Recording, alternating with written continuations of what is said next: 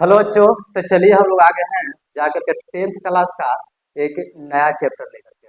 जैसा कि आप देख सकते हैं कि इतिहास का है भारत में राष्ट्रवाद। ठीक ना।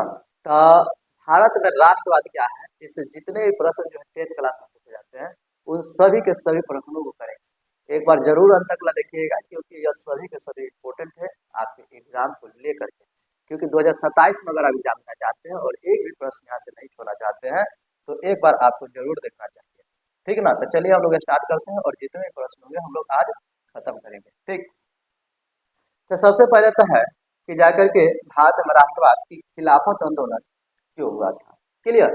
तो हम लोग क्या करेंगे कि कोशिश करेंगे यहाँ से समझने की और एक भी प्रश्न आपका छूटे नहीं, आशा करेंगे कि आपका हो। ठीक। चलिए देखिए।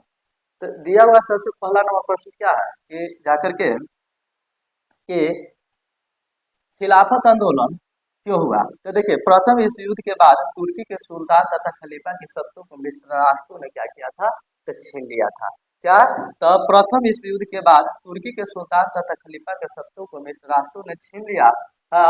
खलीफा और ऑटोमन साम्राज्य के साथ किए गए व्यवहार से भारत के भी मुसलमानों को आक्रोश व्यक्त हुआ था, जिन्होंने उन्होंने तुर्की के सुल्तान और खलीफा की शक्ति और प्रतिष्ठा की पुनः स्थापना के लिए खिलाफत आंदोलन आरंभ कर दिया था। बस यही कारण था खिलाफत आंदोलन होने का। फिर अगला नंबर प्रश्न आते हैं। अब देखिए चंपारण आंदोलन क्या है। तो चंपारण आंदोलन देखिएगा, ये भी एकदम आसान क्वेश्चन है। ठीक ना। चंपारण आंदोलन कब हुआ था इसके कारण क्या था। ठीक। तो एकदम आराम से समझिएगा। ठीक ना। तो चंपारण आंदोलन था जो एक महात्मा गांधी के द्वारा चलाया गया था। ठीक है ना। चंपारण आंदोलन को हम लोग तीन कठिया प्रणाली भी कहते हैं। इसमें होता था क्या ना कि किसानों को अपने भूमि के 3/20 हिस्से में, ठीक है ना, नील की खेती करनी पड़ती थी। यानी कि अगर आपके पास 20 कट्ठा है तो 20 कट्ठा में से 3 कट्ठा में नील की खेती करना होता था। किसान लोग नील की खेती नहीं करना चाहते थे। क्यों नहीं करना चाहते थे। तो किसान दो कारणों से नहीं करना चाहते थे। पहला क्या कि खेत में अगर 3 कट्ठा में आप नील की खेती करते हैं तो 3 कट्ठा खेत बंजर हो जाता था। दूसरा कारण था कि उचित कीमत नहीं मिल पाता था। जैसे मान लीजिए कि 100 रुपया का हुआ तो 20-25 रुपया दे करके ही वो लोग ले लेता था, जिसके वजह वजह से नील की खेती वह नहीं करना चाहते थे। तभी होता है क्या कि जाकर के अंग्रेजों का अत्याचार बढ़ते जा रहा था। वो जबरदस्ती कर रहा था कि नील की खेती करना है, उन लोगों को फायदा हो रहा था, किसानों को फायदा नहीं हो रहा था। इसलिए जाकर के ये लोग नील की खेती नहीं करना चाहते हैं। ठीक। तो इसीलिए हम लोग इसे क्या कहते हैं, तो चंपारण आंदोलन कहते हैं। ठीक ना। या तो तिलकठिया प्रणाली भी कहते हैं। ठीक। तभी महात्मा गांधी क्या होते हैं कि दक्षिण अफ्रीका से आते हैं और जाकर के इस जो है आंदोलन को क्या करते हैं, समाप्त करते हैं। तो यही था चंपारण आंदोलन। जैसा कि आप देख सकते हैं कि चंपारण आंदोलन अप्रैल 1917 में बिहार के चंपारण जिले में हुआ था। बिहार के नीले घोड़ा द्वारा तिरकठिया व्यवस्था प्रचलित थी, जिसमें किसानों को अपनी भूमि के 3/20 हिस्से में नील की खेती करनी होती थी। किसान नील की खेती नहीं करना चाहते थे क्योंकि इससे भूमि की उर्वरा शक्ति कम हो जाती थी।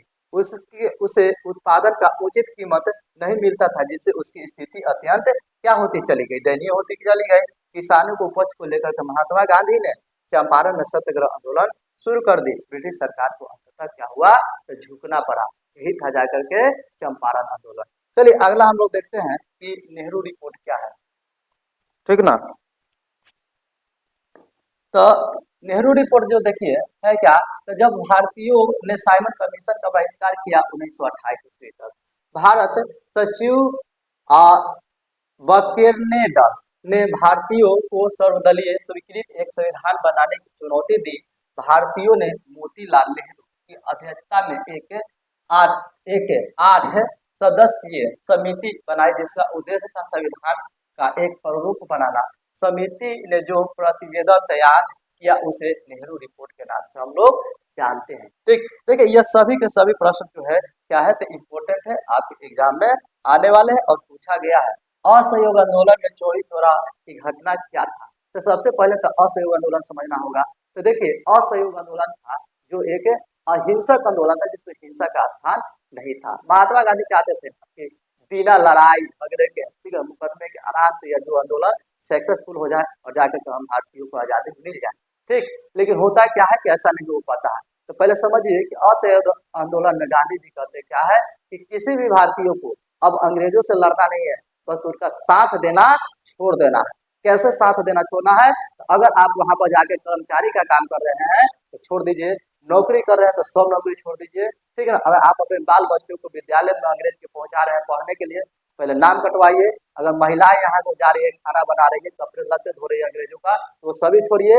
अगर आप जा करके किसी प्रकार का वहां पर फौज में भर्ती है तो उन सभी को छोड़ना होगा, ठीक है ना। जितना भी अगर आप कपड़ा लत्ता अंग्रेजों के दिए हुए पहन रहे हैं तो कपड़े लत्तों का बहिष्कार कर करके अपना जो भारतीयों के द्वारा बनाया जा रहा है उन सभी चीजों का जाकर के क्या करना होगा, तो उपयोग करना होगा, जिससे अपने आप उस सब क्या करेगा, हार पर जाकर के भाग जाएगा। लेकिन तभी क्या होता है कि भारत में जाकर के 22 गो पुलिस कर्मियों को जो अंग्रेज के थे जाकर के जिंदा जला दिया जाता है, ठीक है ना।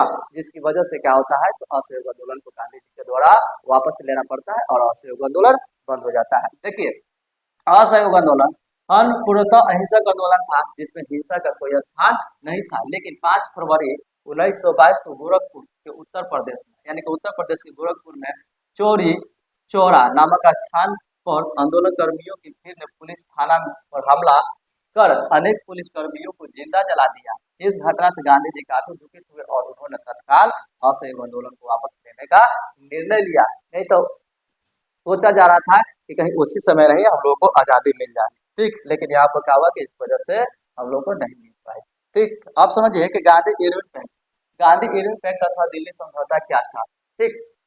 तो देखिए, पहले तो समझना होगा कि गोलमेज सम्मेलन जो हुआ था, प्रथम गोलमेज सम्मेलन, द्वितीय गोलमेज सम्मेलन, तृतीय गोलमेज सम्मेलन, जो 1930, 31, 32 में हुआ था, ठीक ना। तो उससे पहले जाकर क्या हुआ था, गांधी जी और इरविन के बीच में क्या हुआ था कि दिल्ली समझौता हुआ था, ठीक ना। दिल्ली समझौता क्या हुआ था, तो वहां पर कुछ भारतीयों को जैसे कि गिरफ्तार कर लिया गया था, जैसे भगत सिंह, सुखदेव, राजगुरु और भी पुलिसकर्मी थे। पुलिसकर्मियों के द्वारा गिरफ्तार किए गए तो और भी भारतीय थे। इन सभी को छुड़ाने के लिए क्या किया गया था कि एक कमेटी बनाई गई थी, जैसे इरविन पैक्ट तथा दिल्ली समझौता के नाम से जानते हैं।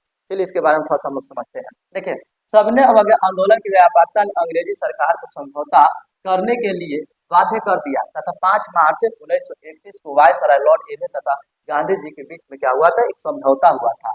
उसे दिल्ली समझौता के नाम से भी जाना जाता है। इसके तहत गांधी जी ने आंदोलन को स्थगित कर दिया तथा वे द्वितीय गोलमेज सम्मेलन में भाग लेने गए थे।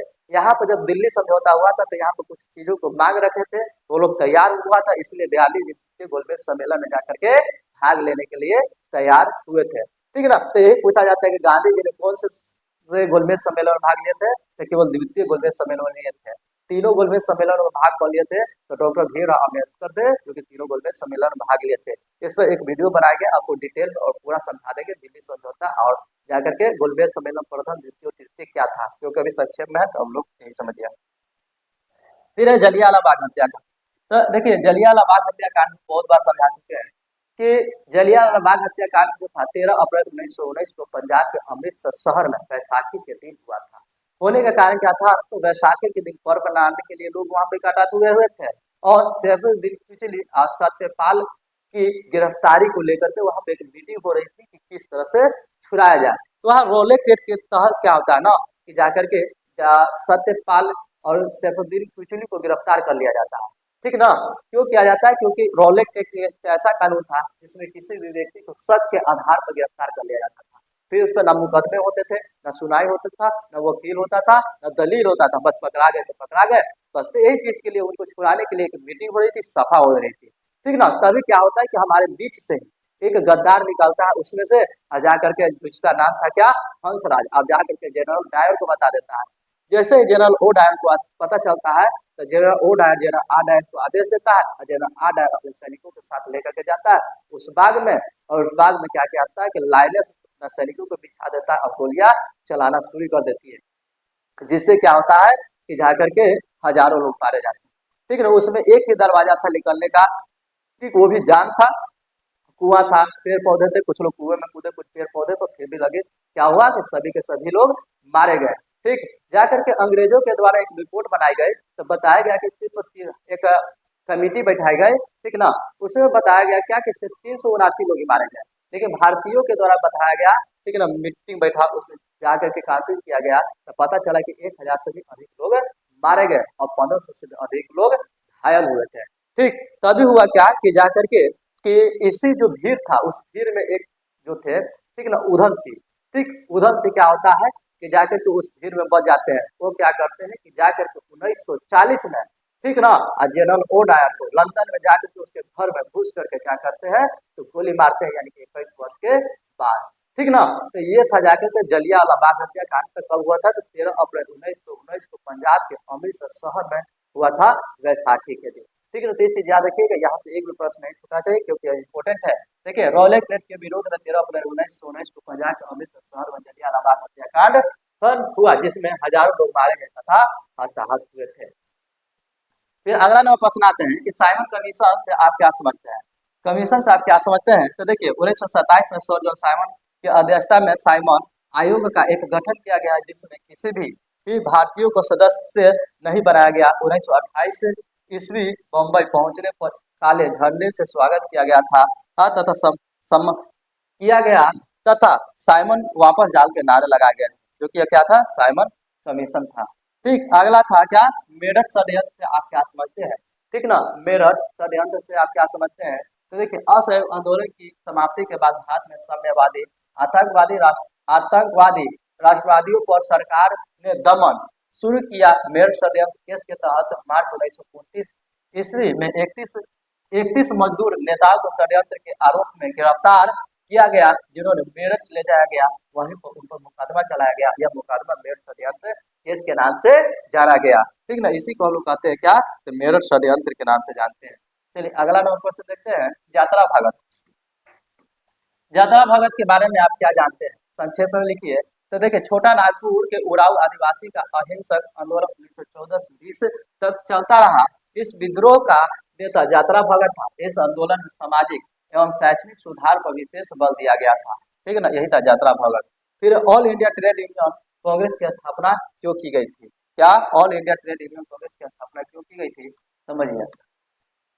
देखिए, तो ये जो है 19वीं शताब्दी के उत्तरार्ध में भारत में उद्योगों यानी कि कल कारखानों की स्थापना के साथ ही श्रमिक वर्ग का उदय हुआ था। ठीक है, इसी समय क्या हुआ था, तो जाके श्रमिक वर्ग का उदय हुआ था तथा इन औद्योगिक इकाइयों में मजदूरों का कई तरह से शोषण किया जाता था। धीरे धीरे श्रमिक वर्ग अपने अधिकारों के प्रति सजग हुए, अपनी मांगों के लिए हड़ताल का सहारा लेने लगे। अतिरिक्त मजदूर संगठित होकर के अपना संगठन बनाने का भी प्रयास करने लगे। साथ ही साम्यवादी अंतर्राष्ट्रीय संगठन तथा अंतर्राष्ट्रीय श्रम संगठन की स्थापना का प्रभाव भारतीय श्रमिकों पर भी पड़ा। इसी क्रम में मजदूरों का पहला अखिल भारतीय संगठन बम्बई 1920 को लाला लाजपत राय की अध्यक्षता में all India trade union Congress की स्थापना की गई थी। यहाँ से प्रश्न आता है, तो all India trade union Congress की स्थापना किसकी अध्यक्षता में की गई थी, तो लाला लाजपत राय की अध्यक्षता में की गई थी all India trade union Congress की स्थापना। यही सभी लोग आके यहाँ से जाकर के लोगों को अपना अधिकार समझ में आया, वो अपने अधिकारों के लिए क्या हुए, तो सजग हुए। ठीक ना, और जाकर के क्या हड़ताल लेने लगे, अपने मांगों के लिए हड़ताल का सहारा लेने लगे। ठीक ना, ये चीज था जाकर के all India trade union Congress था। फिर रोलेक्ट एक्ट क्या है, तो रोलेक्ट एक्ट अभी समझा चुके हैं कि रोलेक्ट एक्ट ऐसा कानून था जिसमें किसी भी व्यक्ति को शक के आधार पर गिरफ्तार कर दिया जाता था। ठीक है ना, देखिए भारत में बढ़ती हुई राष्ट्रवादी घटनाओं एवं असंतोष को दबाने के लिए रोलेक्ट एक्ट को लाया गया था, जिसके अंतर्गत सरकार किसी भी व्यक्ति को बिना साक्ष्य वारंट के भी गिरफ्तार कर सकती थी। इस अधिनियम के अंतर्गत एक विशेष न्यायालय का गठन तथा प्रावधान था, जिसका निर्णय के विरुद्ध कोई भी अपील नहीं किया जा सकता था। इसे रोलेक्ट एक्ट अथवा काला कानून के नाम से भी हम लोग जानते हैं। चलिए अगला है दांडी यात्रा। दांडी यात्रा क्या था, तो देखिए दांडी यात्रा का मुख्य उद्देश्य क्या था, तो दांडी यात्रा का मुख्य उद्देश्य था समुद्र के पानी से नमक बनाना और ब्रिटिश कानून का क्या करना था, तो उल्लंघन करना था, जो कि यह क्या था, तो एक दांडी यात्रा के नाम से जानते हैं।